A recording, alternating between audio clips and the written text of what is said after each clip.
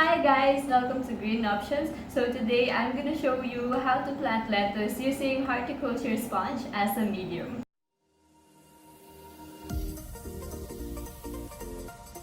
Now I'm gonna show you the things that you need. So first, kailangan nyo syempre yung horticulture sponge.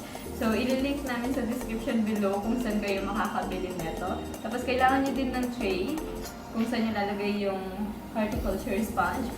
Tapos, you need any kind of stick. So, today we'll be using a stirrer kasi ito lang yung meron kami. And then, you'll be needing lalagyan for the seeds. Tapos, water.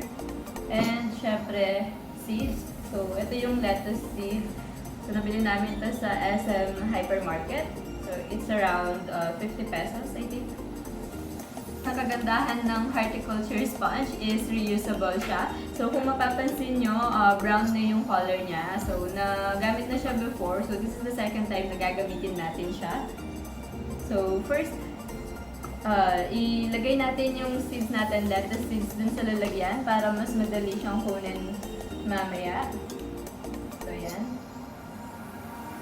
Tapos, after that, soak the horticulture sponge with water.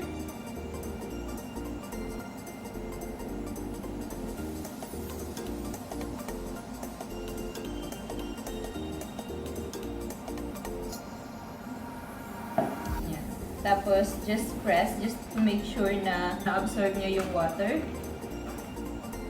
Yan. And then, after that, yung sobrang tubig, itapon na.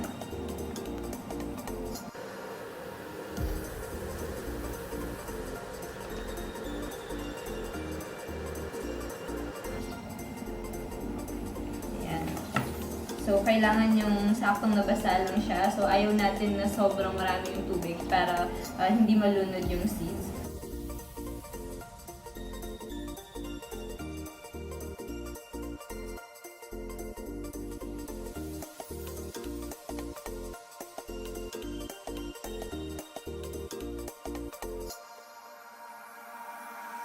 Could swear it's been 700 degrees in here since you came in.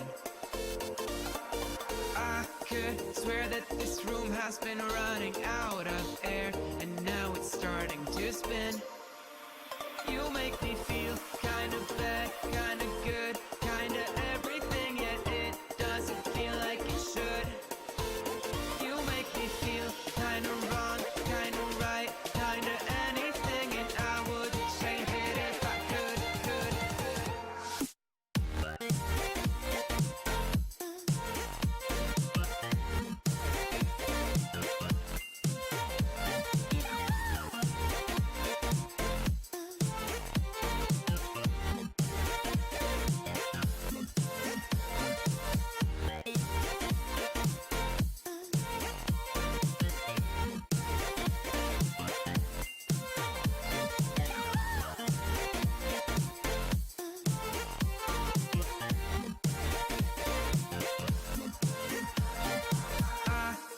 Swear that I'm fainting, I think I'm losing my sight, I swear I'm hitting the floor. I could swear that my stomach just sunk to me.